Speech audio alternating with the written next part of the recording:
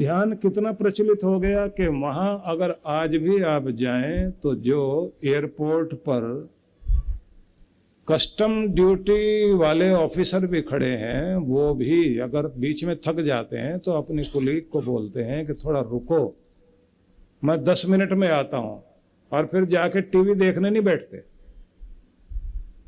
वो prayer room में, prayer hall में जा करके और थोड़ी देर ध्यान करके आते हैं, नई शक्ति लेकर, तरोताजा होकर फिर काम में लगते हैं।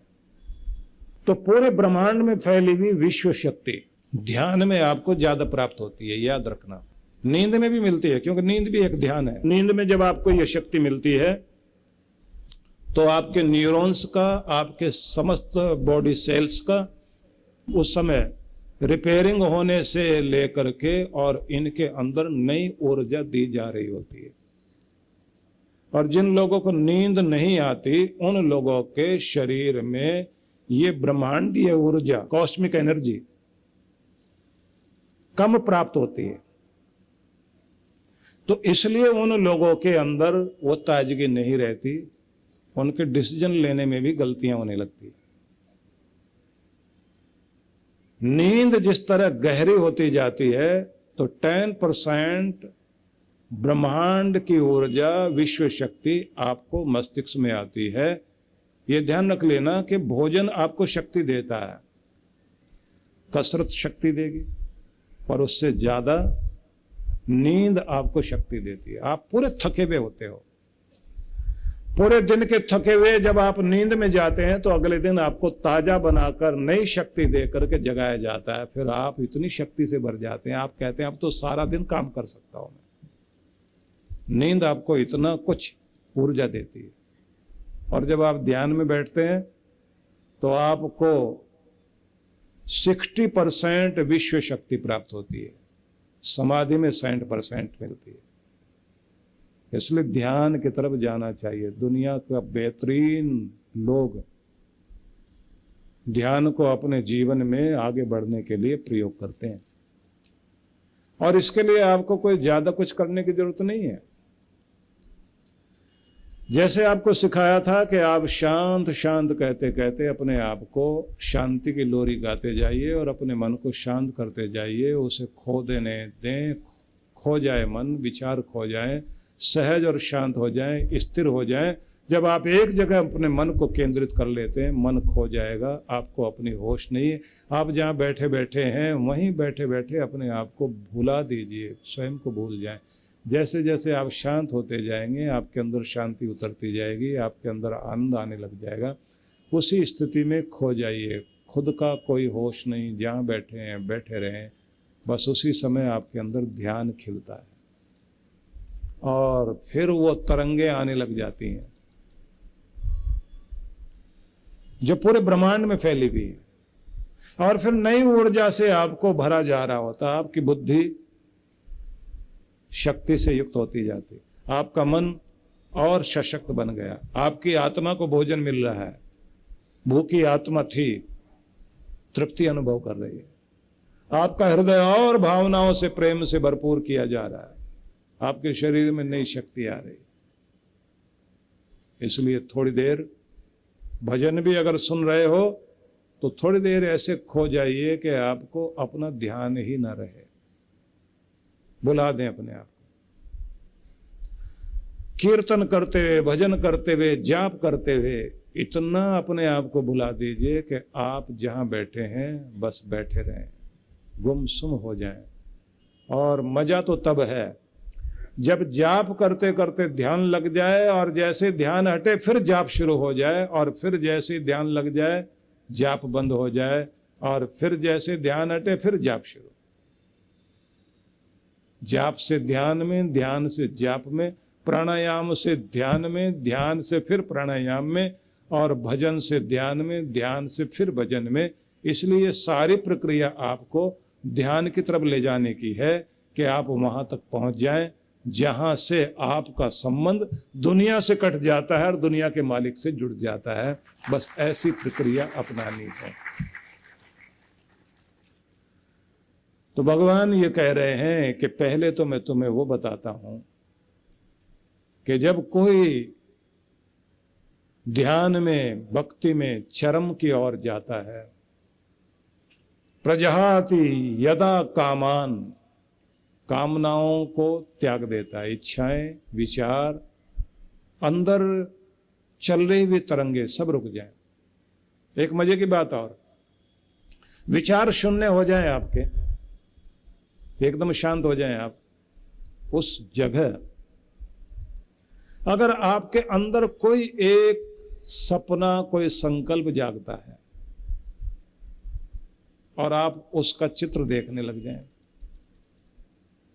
और देखते देखते उस चित्र को आप भगवान को अर्पित कर दें कि ये इच्छा है, ये चाहता हूं, मेरे मालिक, मेरे प्रभु, मेरे दाता, मेरी झोली में ये डाल दो, ऐसे कह के सिर झुका दें और महसूस करें, खुश हो जाएं कि मैंने कह दिया उसको, बड़े बाप को बता दिया, अब वो जाने उसका काम, और फिर गुणगान करना शुरू कर दें।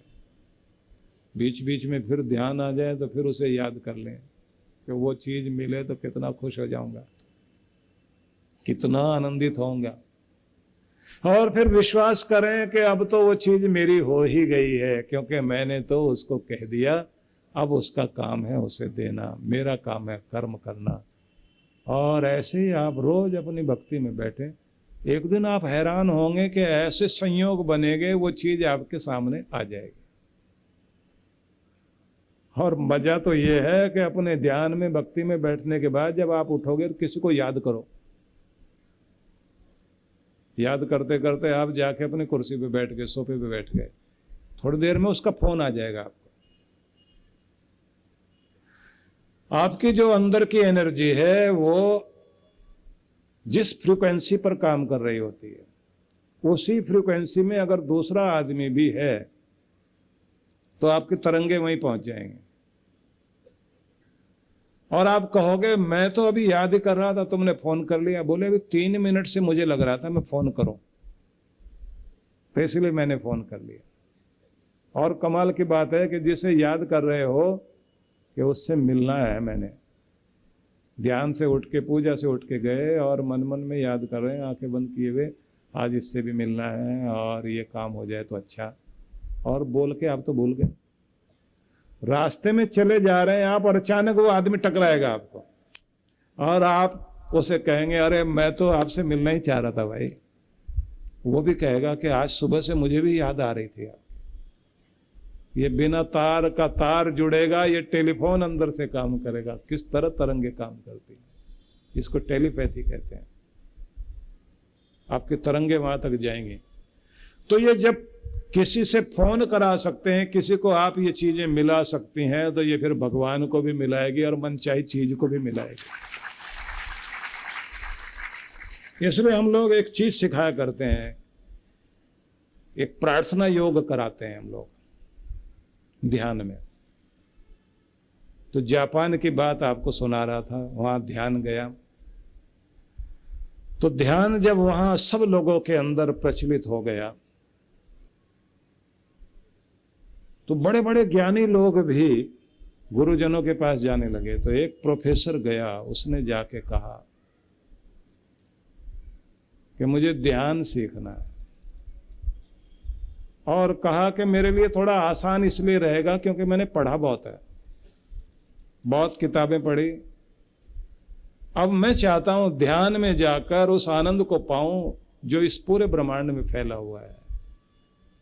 वो आनंद बिखरा हुआ है, कभी चंद्रमा की चांदनी में महसूस होता है, कभी किसी झरने के बहाव में महसूस होता है, कभी सरसराती हुई हवा जो पेड़ों के झुरमुट से होकर के सुबह सुबह बहती है। तो वो समीरण जिसमें सुगंध मिली हुई है, वो समीरण इतना आनंदित कर देता है, लगता है परमात्मा का अमृत हवा के माध्यम से बह रहा है। तो कभी कभी ये अनुभव होता है किसी बच्चे की किलकारी में, और कभी पंछियों के चहचहाट में, और कभी जब तितलियां उड़ रही होती हैं आसमान में, लगता है कि जैसे फूल ही उड़ रहे हैं। और कभी कभी तो ऐसा होता है कि शाम का समय है, आसमान से बादल बरस कर जा चुके हैं, एकाएक सूरज की किरणें बादलों से होकर गुजरी और रेनबो बन गया, इंद्रधनुष। पहाड़ों में अगर आप जाएं तो, क्योंकि मुझे तो साधना करने का अवसर रहा है, तो ऐसा भी मौका देखा है। आप लोग तो एक ही रेनबो, एक इंद्रधनुष देखते हैं, पहाड़ों में आपको दो दो और तीन तीन भी दिखाई देते हैं। उस समय तो आनंद ही कुछ और होता है। आदमी का मन बच्चों की तरह झूमने को तैयार हो जाता है। तो वो जो आनंद सब जगह बिखरा हुआ है, वो हमारे हिस्से आ जाए, हमारे अंदर आ जाए।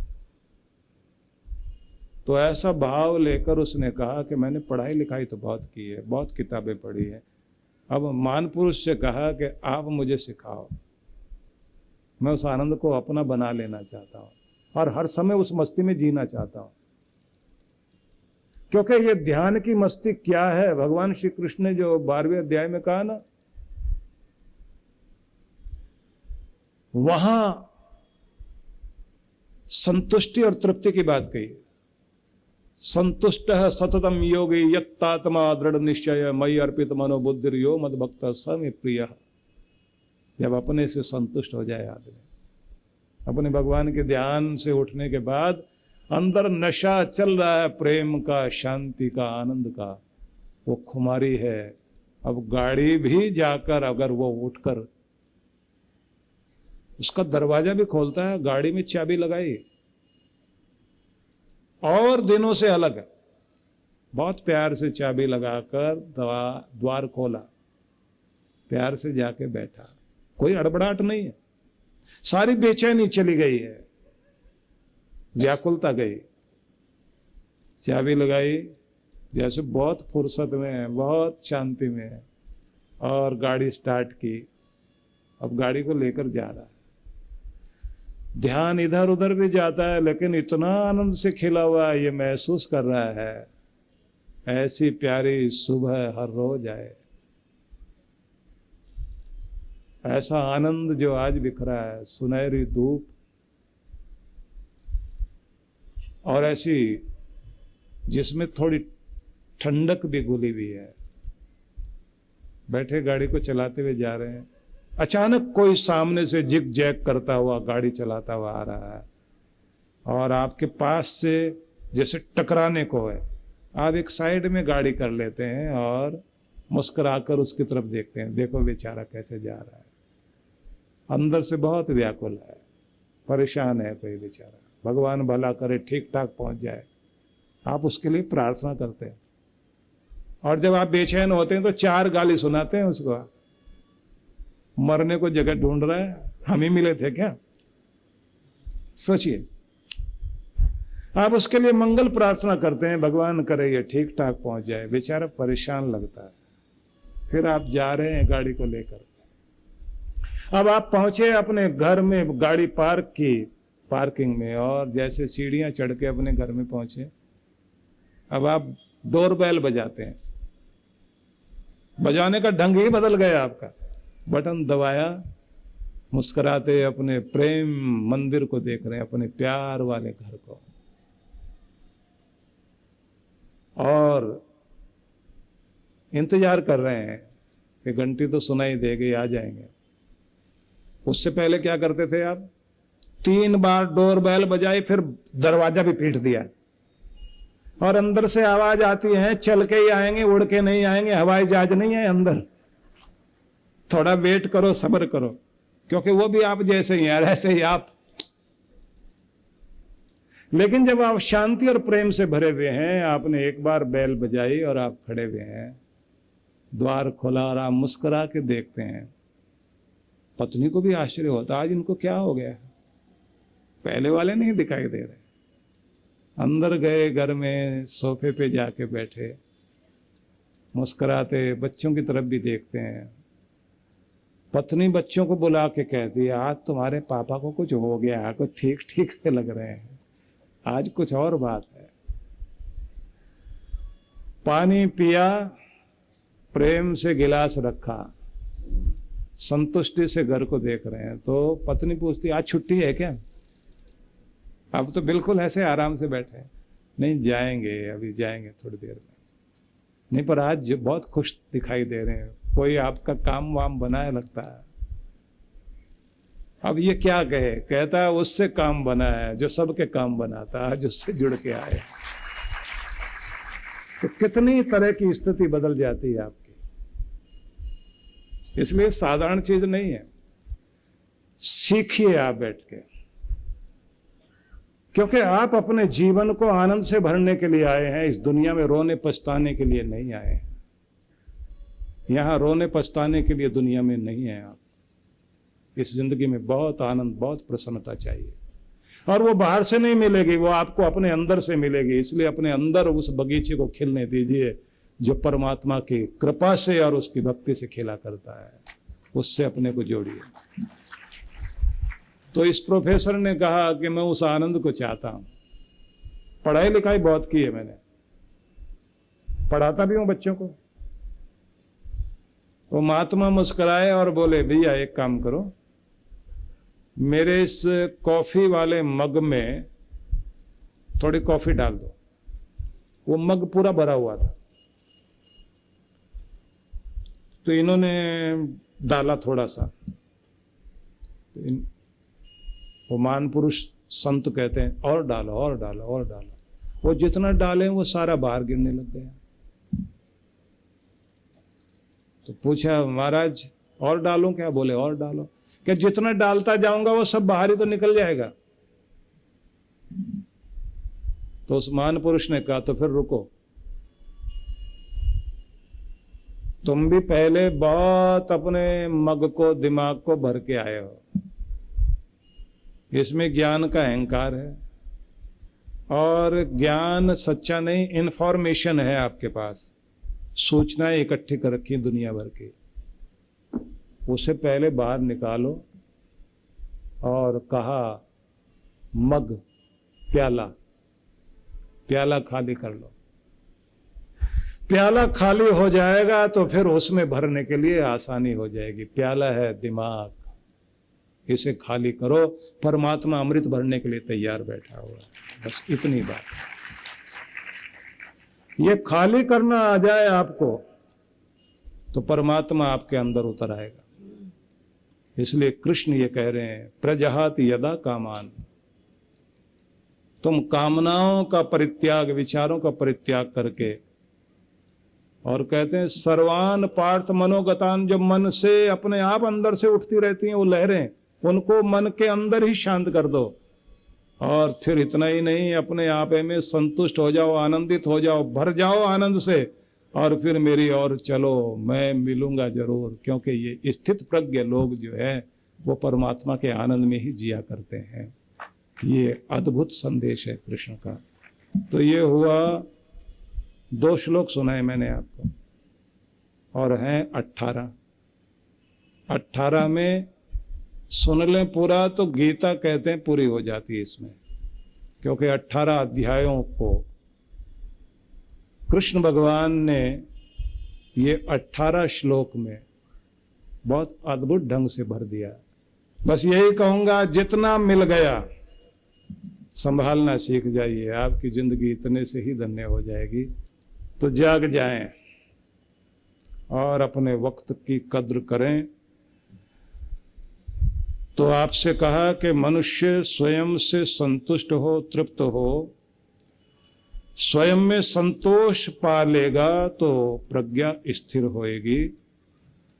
बर्नार्ड शॉ ने एक जगह लिखा है कि मन अद्भुत है, भ्रम में जीता है, भ्रम के तंबू गाड़ता है। एक जगह गाड़ने के बाद फिर वहां से उखाड़कर दूसरी जगह जोड़ने लग जाता है, और व्याकुलता में जीते जीते पूरी जिंदगी व्याकुलता में बिताता है। पर इससे आगे हम समझ लें कि भ्रम मिट जाए, भय मिट जाए, और जब आप अंदर से शांत सहज हो जाएं और गुरु की कृपा हो जाए, तब फिर आदमी का हर पल आनंद महोत्सव बन जाता है। फिर जिधर भी जाओगे उधर ही आनंद रहेगा। तो आप सबको बहुत बहुत शुभकामनाएं। परम पूज्य सद्गुरुदेव श्री सुधांशु जी महाराज और डॉक्टर अर्चिका दीदी जी के पावन सानिध्य में विराट भक्ति सत्संग 23 से 26 मार्च 2023। कार्यक्रम की रूपरेखा दिनांक 23 से 26 मार्च सायं 4:30 से 6:30 बजे। 24 से 26 मार्च प्रातः 9 से 11 बजे। विशेष कार्यक्रम गुरु दीक्षा समारोह 26 मार्च 2023 दोपहर 12 बजे। सत्संग स्थल पीली कोठी चौराहा मुरादाबाद। आयोजक विश्व जागृति मिशन मुरादाबाद मंडल। संपर्क सूत्र